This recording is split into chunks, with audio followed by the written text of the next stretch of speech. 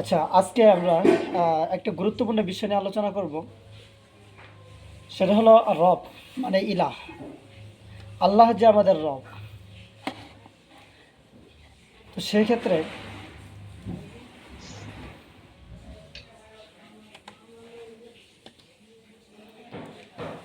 ইসলামের কতিপয় মৌলিক প্রশ্নোত্তর, যা আমাদের রব আল্লাহ সুবহানাহু ওয়া তাআলা, যিনি গোটা সৃষ্টি জগতের সৃষ্টিকর্তা, রিজিকদাতা, পালনকর্তা, বিধানদাতা। আল্লাহ রাব্বুল আলামিন ইরশাদ করেন যে আলহামদুলিল্লাহি রাব্বিল আলামিন, যাবতীয় প্রশংসা জগৎসমূহ জগৎসমূহের প্রতিপালক আল্লাহ তাআলার জন্য। আর রব কাকে বলে? রব শব্দটি পবিত্র কোরআন শরীফের ভিতরে 980 বার এসেছে। রব একটি আরবি শব্দ, যা অন্যান্য এক শব্দে যথার্থ অনুবাদ করা সম্ভব নয়। সাধারণত রব এর অর্থ করা হয় প্রতিপালক, কিন্তু এর দ্বারা প্রকৃত অর্থ প্রকাশ পায় না। রব হচ্ছেন ওই সত্তা যিনি গোটা সৃষ্টি জগতের সৃষ্টিকর্তা। রব আল্লাহ, মানে আল্লাহ হচ্ছেন ওই সত্তা যিনি গোটা সৃষ্টি জগতের সৃষ্টিকর্তা, রিজিকদাতা, পালনকর্তা, বিধানদাতা ও ইবাদত পাওয়ার একমাত্র হকদার। অর্থাৎ যিনি সৃষ্টি করেছেন তিনি আমার রব, যিনি রিজিক দিচ্ছেন তিনি আমার রব, যিনি পালন করতেছেন তিনি আমার রব, এবং আল্লাহ যে বিধান দিচ্ছেন, বিধান দিবেন বা বিধান দিয়েছেন তিনি আমার রব, এবং ইবাদত পাওয়ার একমাত্র হকদার আমার আল্লাহ। আমরা আল্লাহ তাআলাকে কিভাবে চিনব? যে আল্লাহ যে আমাদের রব বা আল্লাহ যে আমাদের প্রভু, আমরা আল্লাহকে কিভাবে চিনব?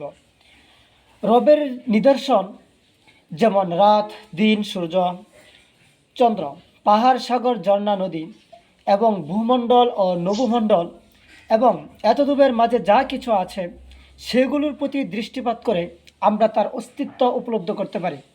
যেমন আল্লাহ রাব্বুল আলামিন ইরশাদ করেন, ওয়ামিন আয়াতিহিল লাইলু ওয়ান নাহার ওয়াশ-শামসু ওয়াল কমার লা তাসজুদু লিশ-শামসি ওয়ালা লিল-কমার ওয়াসজুদু লিল্লাহিল্লাযী খালাকাহুন্না ইন কুনতুম ইয়্যাহু তা'বুদুন।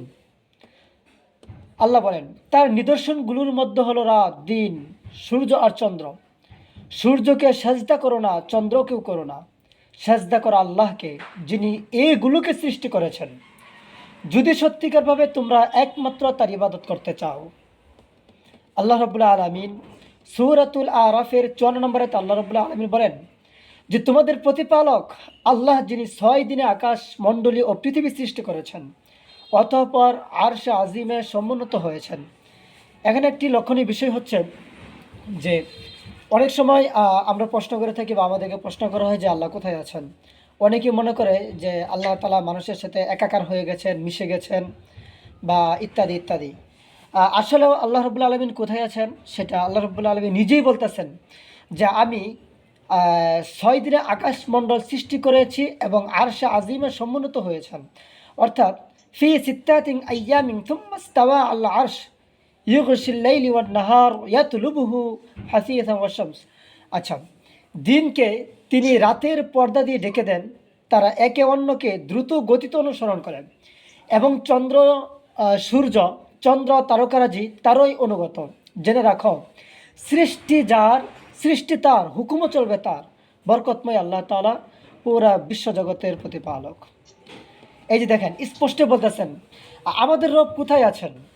এখন বিভিন্ন পীর, বিভিন্ন দরবার থেকে আমাদেরকে একটি রেওয়ায়াত বা আমাদের একটি ঘটনা উপলব্ধি করে শোনান। যা কেউ কি বলেন যে আমাদের রব আছেন অমুক বাবার দরবারে তমুকখানা। আরেকটা কথা আছে, মুমিনের কলবে আল্লাহ আল্লাহ বসবাস করেন। এই সমস্ত কথাগুলো আছেন। দেখেন, আল্লাহ তাআলা বলতেছেন আমাদের রব আরশে আজিমে আছেন, যেমন তিনি বলেছেন আর রহমানু আলাল আরশি ইস্তাওয়া। সূরাতুত তাহা 5 নম্বর আয়াত আল্লাহ বলেন দয়াময় আরশে সমুন্নত আছেন, মানে আল্লাহ তাআলা আরশে আজিমে সমুন্নত আছেন। আচ্ছা, আল্লাহ কি সবখানে বিরাজমান? এটা কিন্তু আমরা সকলেই বলি যে আল্লাহ তাআলা সব জায়গায় বিরাজমান। ঠিক আছে না আব্দুল সবুর ভাই? এই কথাটা আমরা বলি না? জি জি জি। আমরা কিন্তু এই কথাটা বলি যে আল্লাহ তাআলা সব জায়গায় বিরাজমান না। না, সত্তাগতভাবে তিনি সবখানে সব জায়গায় বিরাজমান নন, বরং তার জ্ঞান, তার এলম গোটা বিশ্বকে ঘিরে আছে। সব কিছুই তার দৃষ্টির সামনে, তার জ্ঞানের বাইরে। এই মহাবিশ্বের কিচ্ছু নেই, সবখানে তার রহমত, বরকত, দয়া, কল্যাণ, দৃষ্টিশক্তি, শ্রবণ শক্তি ও ক্ষমতা পূর্ণমাত্রায় উপস্থিত। তিনি সপ্তম আকাশের ওপর সুমহান আরশে সমুন্নত। আম আম আমিনতুম মান ফিস সামাই আন ইউরসিলা আলাইকুম হাসিবা ফাসাতা'লামুনা কাইফা নাযীর। আল্লাহ বলেন সূরাতুল মুলকের 17 নম্বর আয়াতে, কিংবা তোমরা কি নিরাপদ হয়ে গেছ যে তিনি আকাশে আছেন, তিনি তোমাদের উপর পাথর বর্ষণকারী জোরো হওয়া পাঠাবেন না, যাতে তোমরা জানতে পারবে যে কেমন ভয়ানক ছিল আমার সতর্কবাণী। তাহলে এখান থেকে একটি বোঝা গেল যে তিনি আকাশে আছেন। এটা তাহলে আমাদেরকে যদি সামনে থেকে কোনো ব্যক্তি যদি প্রশ্ন করে যে আল্লাহ তাআলা কোথায় আছেন, তাহলে আমরা বলবো যে আল্লাহ তাআলা আরশে আজিমে সমুন্নত আছেন। দলিল হচ্ছে সূরাত তহার 5 নম্বর আয়াত। সূরা তহার 5 নম্বর আয়াত। তাদের মধ্যে কোনো খটকা লাগলে প্রশ্ন করতে পারবো নাকি? জি জি, অবশ্যই অবশ্যই। যেমন আমার প্রশ্নটা একটা জিনিস হয়েছে, আমরা যখন প্রশ্নের একটা কথা বলি আল্লাহ সুবহানাহু ওয়া তাআলা হাজির এবং নাজির, মানে কি? হাজির মানে সমস্ত জায়গায় আল্লাহ তাআলা আছেন এবং আল্লাহ তাআলা সমস্ত কিছু দেখেন। এটার বিশ্লেষণ কিভাবে হবে? আল্লাহ তাআলা তো আপনি বলতেছেন সব জায়গায় নাই। যেমন এক জায়গায় একটা সিসি ক্যামেরা লাগানো হয়, এটা দেশের অনেক দূর পর্যন্ত দেখা যায়। তা আল্লাহ সুবহানাহু ওয়া তাআলা যেখানে তার কথা সেখানে আল্লাহ তাআলা আছেন যে কোনো এক স্থানে, কিন্তু আল্লাহ তাআলা সবকিছু দেখতেছেন, আল্লাহ তাআলা কন্ট্রোল করতেছেন সবকিছু। এটা নাকি বিষয়টা? হ্যাঁ, বিষয়টা হচ্ছে এটাই। মানে আল্লাহ সব জায়গায় নাই, কিন্তু আল্লাহ তাআলা শক্তি, দেখার শক্তি, আল্লাহ তাআলা সবকিছু দেখতে না, সবকিছু আল্লাহ তাআলা কন্ট্রোল করছে। এমন না যে আমরা যে মনে করি আল্লাহ সব জায়গায় আছে। যেমন কেউ মনে করে আমার সাথে আপনার সাথে সারা সমস্ত জায়গায়, আগে তো বলতো রসুল ও আল্লাহ হাজির নাজির, বুঝছেন না? অনেকে বুঝার কারণে অনেক আল্লাহ তাআলা হাজির নাজির। তো আপনি করতেছেন এটাও কি সঠিক না, এটা ভুল ধারণাটা? আচ্ছা, আমার কথা কি ক্লিয়ার শোনা যাচ্ছে, এটা জানাবেন। হ্যাঁ, আমি শুনতে পাচ্ছি। আর আপনি শুনতে পাচ্ছেন এটা জায়গাতে। আমি বলতেছি যেমন আমরা পূর্বে থেকে একটা কথা যে আল্লাহ আল্লাহ আল্লাহ আল্লাহ রসুল হাজির এবং নাজির। তো যখন নেক্সট শ্রেণী মানুষ তো জ্ঞান এবং গভীরে যাওয়ার চেষ্টা করে, তখন পাইছে কি আল্লাহ রসুল্লাহ সাল্লাল্লাহু হাজির নাজির না, আল্লাহ সুবহানাহু ওয়া তাআলা হাজির এবং নাজির। ঠিক আছে? আর আল্লাহ রসুলকে আল্লাহ তাআলা যে পরিমাণ শক্তি দিয়েছে, দেখার শক্তি সেই পরিমাণ দেখে। হ্যাঁ, এখন আমি আপনাকে বলি যে আমরা এখানে বললাম যে আল্লাহ তাআলা কি সব জায়গায় বিরাজমান না, আল্লাহ তাআলা সব জায়গায় বিরাজমান না। মহান আল্লাহ রাব্বুল আলামিনের এই ইলম, তার জ্ঞানটা গোটা বিশ্বকে ঘিরে রাখছে। এখন আমি আপনাকে একটা উদাহরণ দেই। আপনি যদি যখন প্লেটে ভাত খান, প্লেটে ভাত অনেকগুলো থাকে না? তো প্লেটের ভিতরে যদি ভাত অনেকগুলো থাকে, তো আপনি কি সবগুলা ভাত একত্রে দেখতে পারেন না, নাকি আলাদা আলাদা একটা একটা আলাদা আলাদা দেখতে হয়?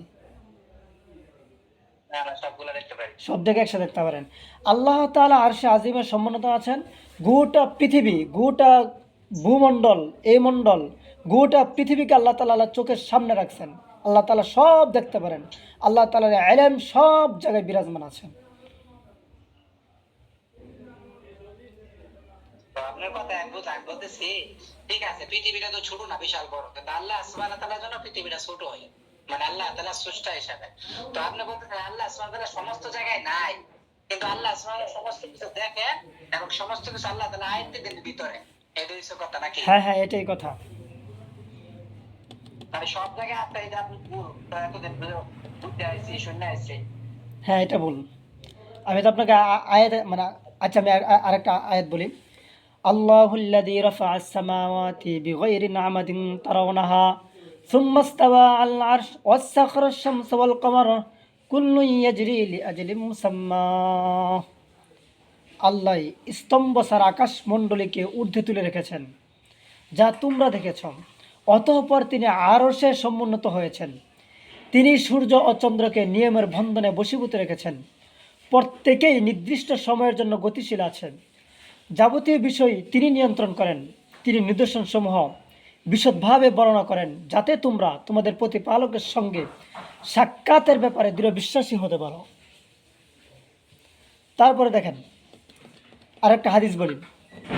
আন আবি হুরায়রা রাদিয়াল্লাহু আনহু আন্না রাসূলুল্লাহ সাল্লাল্লাহু আলাইহি ওয়াসাল্লাম ক্বালা ইয়ানজিলু রাব্বুনা তাবারাকা ওয়া তাআলা কুল্লু লাইলাতিন ইলাস সামাa'id দুনিয়া حين يبقى ثلث الليل الآخر يقول ما يدعوني فاستجب لكم فاستجب له من يسألني فأعطي من يستغفرني فأغفر له। হযরত আবু হুরায়রা রাদিয়াল্লাহু তাআলা থেকে বর্ণিত, আল্লাহর হাবিব বলেন, যখন রাতের 1/3 বাকি থাকে তখন আল্লাহ তাআলা নিকটবর্তী আসমানে নেমে আসেন। অর্থাৎ দেখেন, আবু হুরায়রা থেকে বর্ণিত, যখন রাতের 1/3 বাকি থাকে আল্লাহ তাআলা নিকটবর্তী আসমানে নেমে আসেন এবং ঘোষণা করতে থাকেন, কে আমাকে ডাকছ, আমি তার ডাকে সাড়া দেব, কে প্রার্থনা করছ, আমি তাকে দান করব, কে আছো ক্ষমা প্রার্থী, আমি তাকে ক্ষমা করে দেব।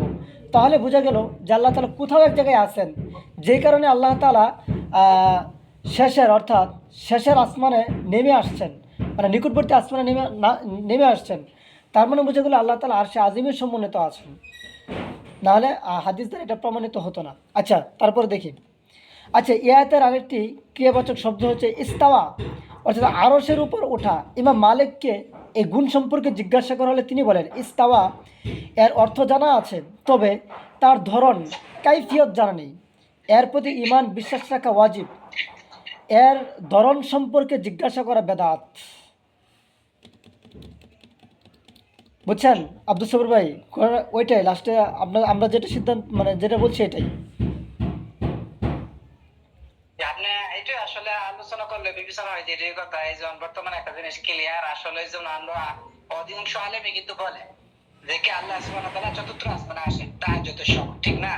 তো যদি উনি যদি সব জায়গায় থাকেন তাহলে আসবে কেন, প্রশ্ন আসে না? তো বুঝা গেছে যে কোনো এক আরশে আছে তখন আল্লাহ তাআলা আসেন। হ্যাঁ হ্যাঁ ঠিক হ্যাঁ, না? জি জি জি। বুঝছি। আচ্ছা, তারপর দেখেন আমাদের দিন, মানে দিন কি? আচ্ছা, আমাদের দিন বা জীবন ব্যবস্থা হচ্ছে ইসলাম। মানে আমাদের দিন, জীবন ব্যবস্থা হচ্ছে ইসলাম। ইসলাম অর্থ একমাত্র আল্লাহর নিকট আনুগত্য, আত্মসমর্পণ বা বশ্যতা স্বীকার করা। আল্লাহ সুবহানাহু ওয়া তাআলা কোরআনে কারিমে ইরশাদ করেন যে ইন্নাদ-দীনা ইনদাল্লাহিল ইসলাম। সূরাতুল আলে ইমরানের 19 নম্বর আয়াতে আল্লাহ বলেন যে নিশ্চয়ই আল্লাহর নিকট একমাত্র দিন হলো ইসলাম।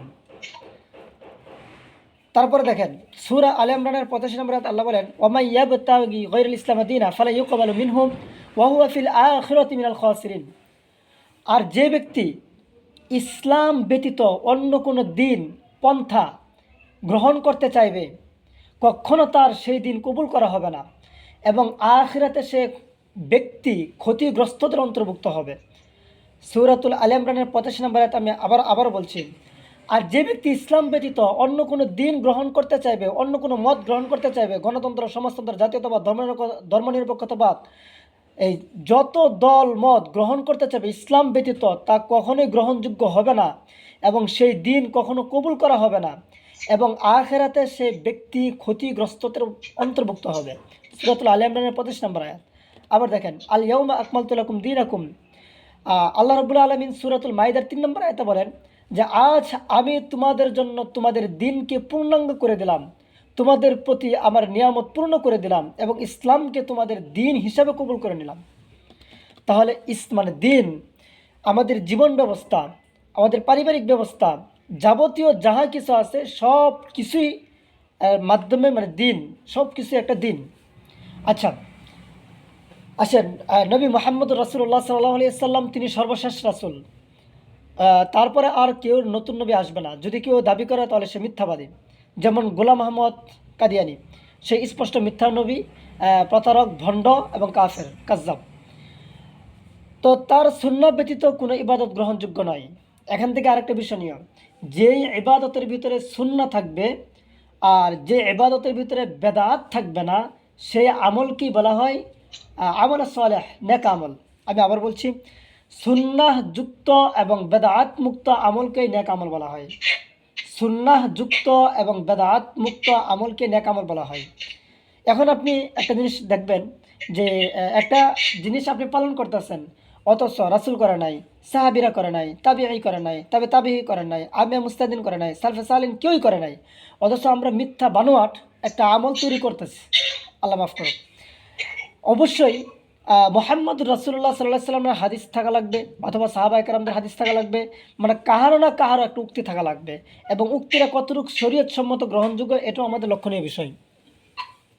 তারপরে দেখেন, তাহলে সুন্নাহ ব্যতীত কোনো ইবাদত গ্রহণযোগ্য নয়, তার আদর্শই রয়েছে মানবতার মুক্তির কল্যাণ ও মুক্তি। যেমন সূরাতুল আহজাবের 21 নম্বর আয়াত আল্লাহ বলেন, লাকাদ কানা লাকুম ফি রাসূলিল্লাহি উসওয়াতুন হাসানাতুন লিমান কানা ইয়ারজুল্লাহ ওয়াল ইয়াউমিল আখিরাহ ওয়া যাকারাল্লাহ কাসীরা। তোমাদের জন্য আল্লাহ রসুলের মধ্যে উত্তম আদর্শ রয়েছে যারা আল্লাহ ও শেষ দিনের আশা রাখে আর আল্লাহকে অধিক পরিমাণ স্মরণ করে। তাহলে বোঝা গেল আদর্শ একমাত্র মুহাম্মদুর রাসূলুল্লাহ সাল্লাল্লাহু আলাইহি সাল্লামের মধ্যেই রয়েছে। এছাড়া আর পৃথিবীর কোনো মানব এর ভিতরে কোনো আদর্শ নাই। আমরা আজকে মুহাম্মদুর রাসূলুল্লাহ সাল্লাল্লাহু আলাইহি সাল্লামের ঐতিহ্য খেলাফা বাদ দিয়ে আমরা গণতন্ত্র, সমাজতন্ত্র, রাজতন্ত্র, জাতীয়তাবাদ, ধর্মনিরপেক্ষতাবাদ ইত্যাদির মধ্যে আমরা আদর্শ খুঁজে পাই। এই জন্যে আল্লাহ তাআলা বলেন যে তুমি স্মরণ করো ওই দিন যে আর রাসূল সাল্লাল্লাহু আলাইহি সাল্লামের এর মধ্যে উত্তম আদর্শ রয়েছে যারা আল্লাহ ও শেষ দিনে আশা রাখে আর আল্লাহকে অধিক স্মরণ করে। আর 2 নম্বর, ইসলাম কি? ইসলাম একটি আরবি শব্দ। ইসলাম শব্দের আবিধানিক অর্থ হলো অনুগত হওয়া, নিজেকে সঁপে দেওয়া, আত্মসমর্পণ করা। পারিভাষিক অর্থ হচ্ছে আল্লাহর পক্ষ থেকে আসা দ্বীনের নাম। ভালো করে মনে রাখবেন, ইসলাম জিনিসটা কি, ইসলাম কি। আজকে যে আমরা সব কিছু ইসলাম, আসলে ইসলামটা মূলত কি, ইসলাম কি জিনিস? পারিভাষিক অর্থ বলা হচ্ছে আল্লাহর পক্ষ থেকে আসা দ্বীনের নাম, যা মুহাম্মদুর রাসূলুল্লাহ সাল্লাল্লাহু আলাইহি সাল্লামের মাধ্যমে পরিপূর্ণতা লাভ করেছেন। ইসলাম হচ্ছে আল্লাহর কাছে নিজেকে সঁপে দেওয়া, আত্মসমর্পণ করা, আত্মসমর্পণের মাধ্যমে তার আনুগত্য করা, এবং রাসূলুল্লাহ সাল্লাল্লাহু আলাইহি সাল্লামের প্রতি ঈমান আনা, তার অনুসরণ করা, শিরক থেকে পবিত্র হওয়া এবং মুশরিকদের থেকে মুক্ত হওয়া। আমি আবার বলছি, ইসলাম হচ্ছে আত্মসমর্পণ করা, নিজেকে সঁপে দেওয়া, এবং দ্বীনের নাম, আল্লাহর পক্ষ থেকে আসা দ্বীনের নাম, যা মুহাম্মদুর রাসূলুল্লাহ সাল্লাল্লাহু আলাইহি সাল্লামের মাধ্যমে পরিপূর্ণতা লাভ করেছেন। ইসলাম হচ্ছে আল্লাহর কাছে সঁপে দেওয়া, আত্মসমর্পণ করা, আত্মসমর্পণের মাধ্যমে তার আনুগত্য করা, এবং রাসূলুল্লাহ সাল্লাল্লাহু আলাইহি সাল্লামের প্রতি ঈমান আনা, তার অনুসরণ করা, শিরক থেকে পবিত্র হওয়া এবং মুশরিক থেকে মুক্ত হওয়া। ইসলামের ব্যাপারে আমাদের নির্দেশ কি? ইসলামের ব্যাপারে আমাদের নির্দেশ হচ্ছে